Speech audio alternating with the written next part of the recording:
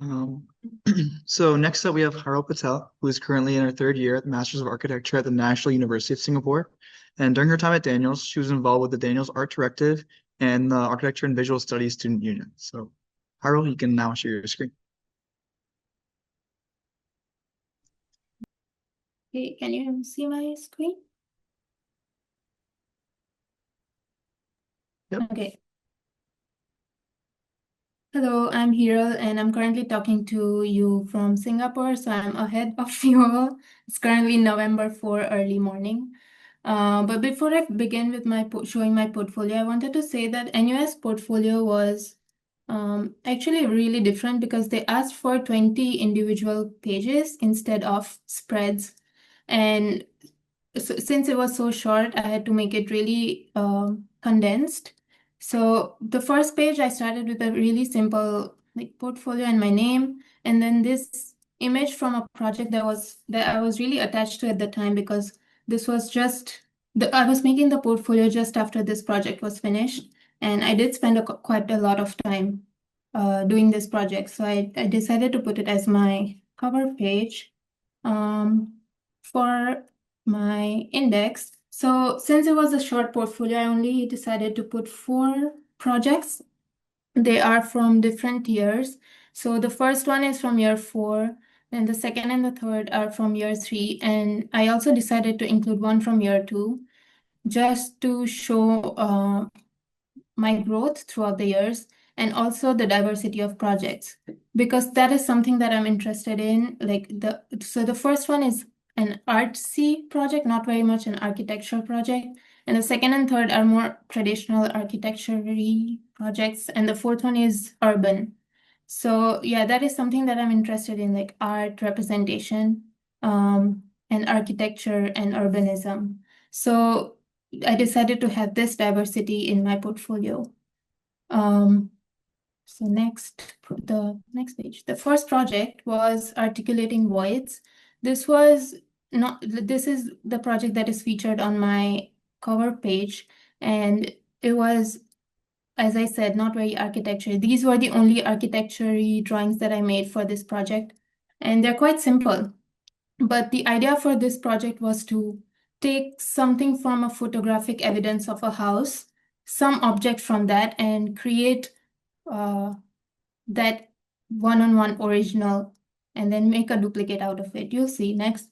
But so this one, I decided to take the staircase, the section of a staircase, which had these beautiful curved arch forms, which kind of represented the whole house, just the Nalin Tomar house. So yeah, and for the first pages of my projects, I decided to keep this very simple layout with some text. And NUS does ask you to put your date and what kind of a project it is. So this was an academic project, and the duration and your instructor. So yeah, for this project particularly, I did some material tests with different materials and then came up with made this original object at 1-on-1 scale. And this project was a very abstract project, so I also decided to keep that in my portfolio and not many details. You won't see any details around it, so it kind of asks questions. Then we made a mold out of it, 1-on-1 plaster mold for the object and a duplicate. And this part of the project was really about showing what the plaster can do. So it really takes all the impressions of the object that you've made, so all the textures and everything, but it is also very imperfect. So that was also kind of what I was trying to show in my portfolio. Something that I would do would show scale because this project was also very huge. Since it was a one-on-one, this mold was, I think, 1 meter long. There was a lot of plaster and it was very heavy. But yeah, I think I could show that better now or do some photoshopping and somehow show the scale. The second part of the project was we were working in a group and we had to use our molds and plaster objects that we made to create something more spatial. So we worked in a team and we decided to do something very unconventional, sort of, and used all our molds to then create new objects. And I added a little conceptual diagram that we made And this project was more spatial, so it couldn't be captured in photographs. So I intentionally kept it very simple and abstract, so it would ask questions, I guess. Then the second project was the student housing project that we did in third year. And similar to the first project, first page, I have a little text on the top paired with an image. This was a Photoshop, what is it? A photo collage render that I made for this. And I began with some programmatic diagrams and floor plans, more floor plans. I always pair my drawings with a little bit of text so they know what they're looking at. Sometimes it's easier to write a text than to have so many arrows and like labels. And I like the simplicity because it was such a short portfolio. I wanted to keep it as simple as possible. Then this was something that I added because in my final review, I was told that this was a very important part of my project, which was this room layouts, which were ranging from 2-bedroom units to 5-bedroom units. And so I decided to dedicate a page for it just to show that this was something that was very important to project because it was about community and connection. And yeah, a little photo collage showing one of the rooms. Then some sections and site models. Yeah, I would change the model photos a little bit, but yeah, this was 2 years ago. So anyways, then the third project was solids and voids.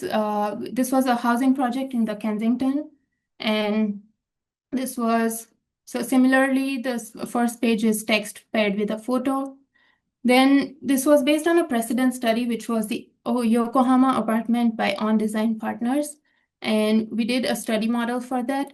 So I decided to put one image paired with some text.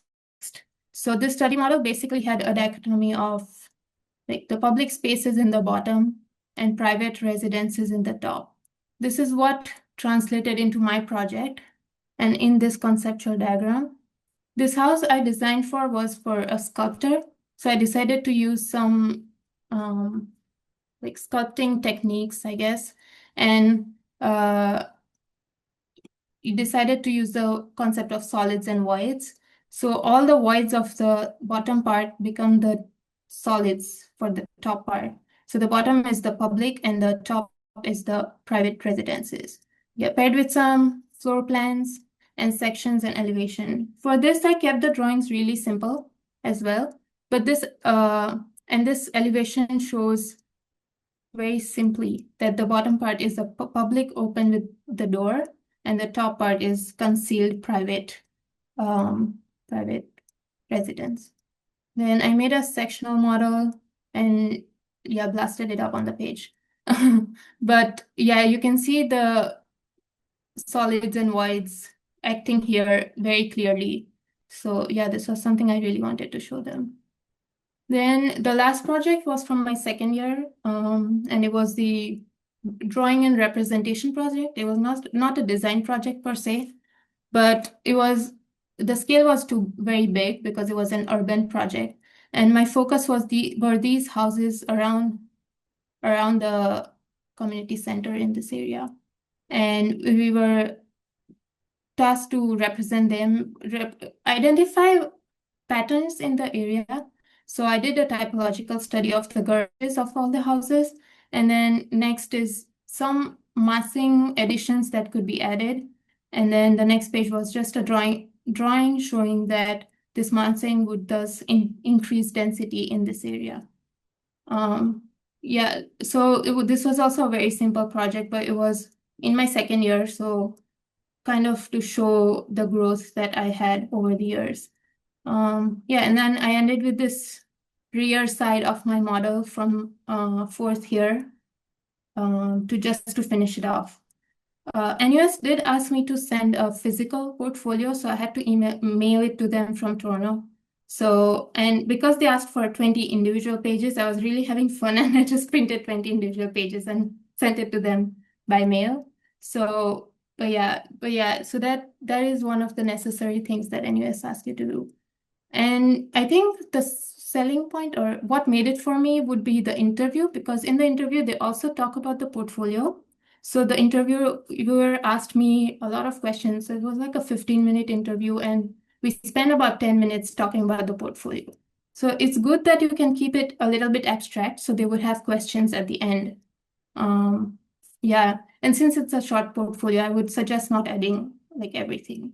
Yeah, because in many of my projects, I would have a lot of process diagrams and conceptual diagrams, but I didn't add them just yet. Yeah, that's for my portfolio. Thank you.